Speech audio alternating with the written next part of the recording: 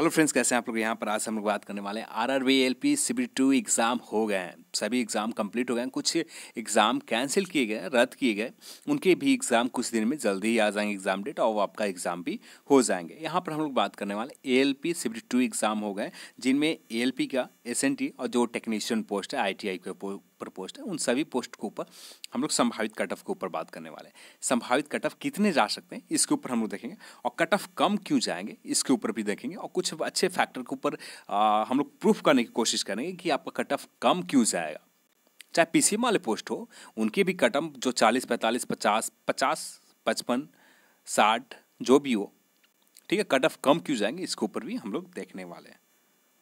Please आप सबसे एक रिक्वेस्ट है, इस वीडियो को पूरा देखें या अभी ही स्किप करके चले जाएं।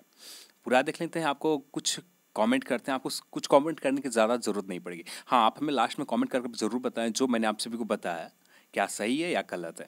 यदि आपको वीडियो पसंद आए तो लाइक जरूर करें, शेयर भी करें, और चैनल को सब्सक्राइब करना जरूरी है तो चैनल को सब्सक्राइब करके बिना ना जाए। तो चलिए इस पर बात करते हैं। पेपर लेवल के ऊपर हम लोग बात नहीं करना चाहिए, क्योंकि यहाँ पर नॉर्मलाइजेशन किए जाएंगे दोनों पेपर का, चाहे पार्ट ए हो चाहे पार्ट बी, दोनों पेपर का नॉर्मलाइजेशन किए जाएंगे, चाहे वो ट्रेड का पेपर हो चाहे आपका नॉर्मल पेपर, जिससे कट ऑफ बनेंगे।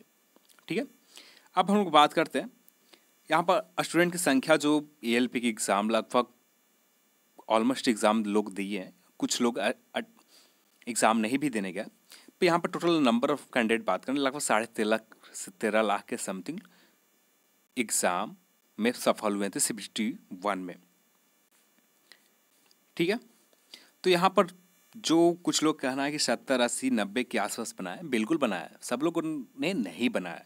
इनकी संख्या बहुत कम है। हर जोन में हम लोग बात करें एक लिमिटेड नंबर में, यदि जो 90 प्लस किए, इनके 5 से 10 लोग होंगे हर जोन में। 5 से 10 लोग से ज़्यादा नहीं है, 5-10 लोग से ज़्यादा नहीं है। वो भी PCM वाले जो फिजिक्स, केमिस्ट्री, मैथ से करके गए, उन्हीं का 5-10 जो 90 से 95 के बीच में बना है।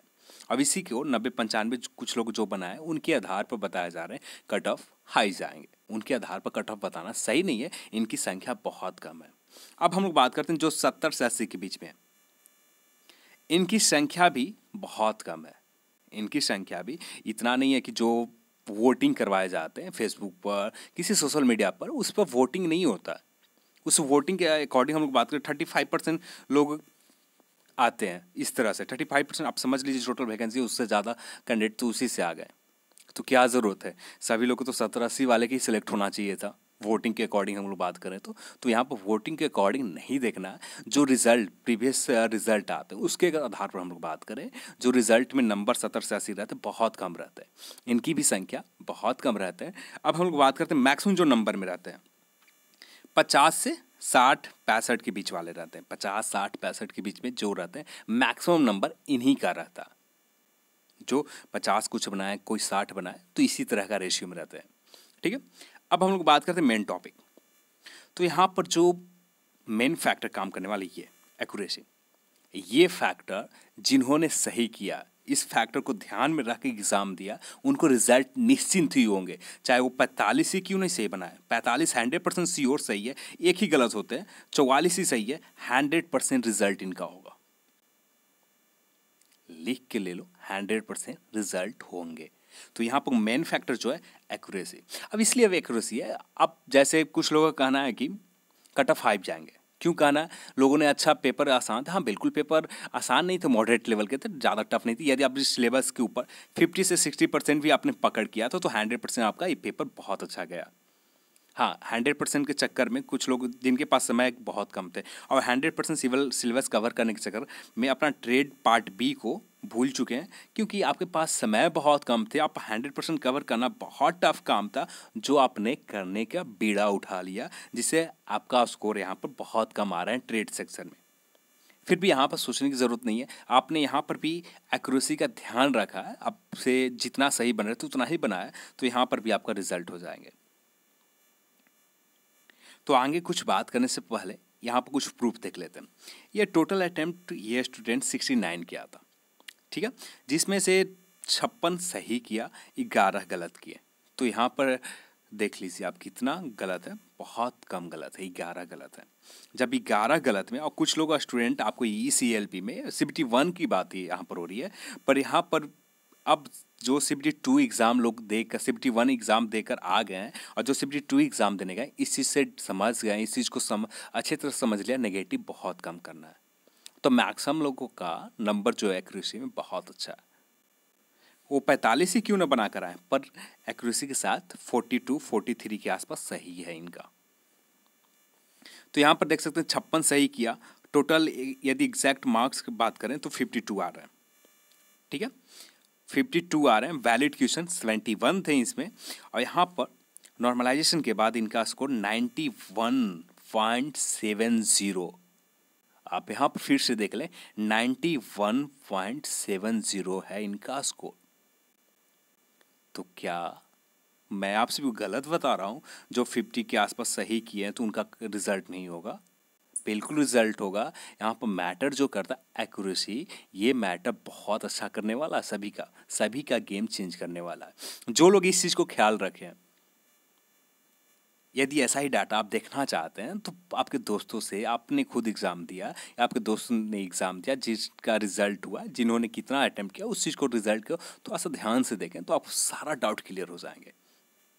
हाँ, यहाँ पर हम एक चीज़ कह सकते हैं, नॉर्मलाइजेशन करने के बाद आपका कट ऑफ हाई जाएंगे, पर यहाँ पर जो 45 लाए इनका भी रिजल्ट होगा, जो 40 लाए इनका भी रिजल्ट होंगे, पर यहाँ पर मैटर करता है एक्यूरेसी। ठीक है, अब यहाँ पर आपको समझ में आ गए होंगे कट ऑफ मैंने क्यों कम बताई है, और कट ऑफ कम बताने की वजह जो थे, लोगों ने ये चीज़ को जान गए थे अच्छी तरह से लोग जान गए, मुझे नेगेटिव कम करके आना, नेगेटिव ना के बराबर रखना। मैक्सिमम लोगों से जो मैंने बात किया है, मैक्सिमम लोगों से जो 45-50 के आसपास, 60 के आसपास ही अटेम्प्ट किया है, पर एक्यूरेसी का ध्यान रखा, ख्याल रखा, नेगेटिव को कम लिया। कुछ स्टूडेंट तो ऐसे मिल गए जो 55 ही बनाए, जिनमें से 2-3 उनको गलत मिला है, तो मान लेते 1-2 और गलत होंगे, 4 गलत हो गए या 5 गलत हो गए, तो 49 ही आता है मान लेते हैं। तो 49 में एक्यूरेसी देखते हैं, यहाँ पर लगभग 92-93% आ जाते हैं। तो इनको नॉर्मलाइजेशन में बहुत अच्छा फायदा मिलेगा। यहाँ पर मैंने ALP के संभावित कटऑफ में मैक्सिमम नंबर रखा, इससे कम रहेंगे ज़्यादा नहीं रहेगा, इससे कम रहेंगे ज़्यादा नहीं रहेगा। हाँ, यहाँ पर नॉर्मलाइजेशन के बाद ये कट ऑफ चले जाएंगे, 55 से 60 के बीच में रहेंगे। नॉर्मलाइजेशन के बाद ये कट ऑफ 55 से 60 रहेंगे, और कुछ जोन में जैसे भोपाल, अजमेर, बेंगलुरु, और बस ये कुछ जोन में यहाँ पर कट ऑफ थोड़ा सा 58 से 62 के पास वेरी करेगा नॉर्मलाइजेशन करने के बाद। पर ये पहले, नॉर्मलाइजेशन के पहले आपके स्कोर 47 से कम आते हैं, 40, 45, 47 के 45 से 47 के बीच में आते हैं ALP पोस्ट के लिए।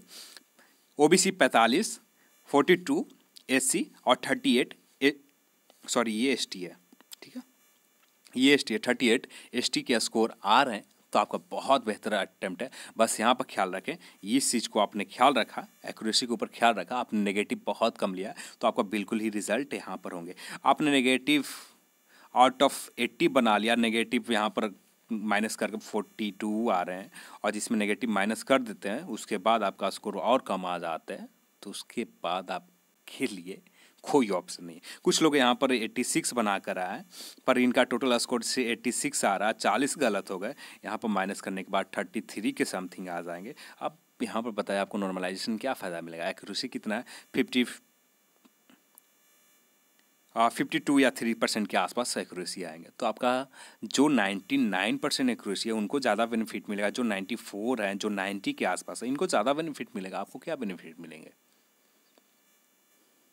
तो ये मैंने सिर्फ मिनिमम नंबर रखा, इस नंबर के अंदर आपके स्कोर आ रहे हैं तो आपके रिजल्ट की संभावना है, बस वही चीज़ है कि आप नेगेटिव बहुत कम लगा कर रहे हैं। तो अब बात करते हैं PCM वाले पोस्ट, जो SNT सिग्नल और टेलीकम्युनिकेशन का पोस्ट है। यहाँ पर जो अभी सब लोग बता रहे हैं 70 से 85, बिल्कुल 70-85 कट ऑफ जाएंगे, 100% 70 से 85 के बीच में कट ऑफ वेरी करेगा, बट ये नॉर्मलाइजेशन के बाद वेरी करेंगे।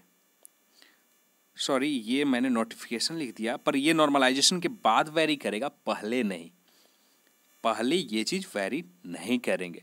यहाँ पर मैंने मैक्सिमम नंबर इसलिए रखा है, इससे कम भी जिनका स्कोर है, जो 55 लाए हैं, जो 54 यहाँ पर भी है या 50 के आसपास है, यहाँ 48 भी है, इनका भी रिजल्ट होगा। बस यहाँ पर नेगेटिव आपने कम लिया। एक्यूरेसी आपको 99%, 92%, 90 से ऊपर परसेंटेज है, आपको बहुत अच्छा बेनिफिट मिलेगा। 80% भी है तो बहुत अच्छा बेनिफिट मिलेगा। 80 से 90 के बीच में वेरी करता है आपका एक्यूरेसी। आपका ज़्यादा नेगेटिव आपने नहीं लिया है तो आपको बहुत बेनिफिट मिलेगा। आप 85 क्यों नहीं सही बनाए, आपका रिजल्ट का मैक्सिमम नंबर रहेगा चांसेस। जैसे मैंने ये 64 आपने अटेम्प्ट किया, कुछ नेगेटिव हो जाते हैं या 64 ही एग्जैक्ट आ रहा है, आपका रिजल्ट के मैक्सिमम चांसेस है। बस यहाँ पर 64 आ रहा है, नेगेटिव का संख्या ज़्यादा चले, आपका एक्यूरेसी 70% ही है तो आपको नुकसान यहाँ पर होगा।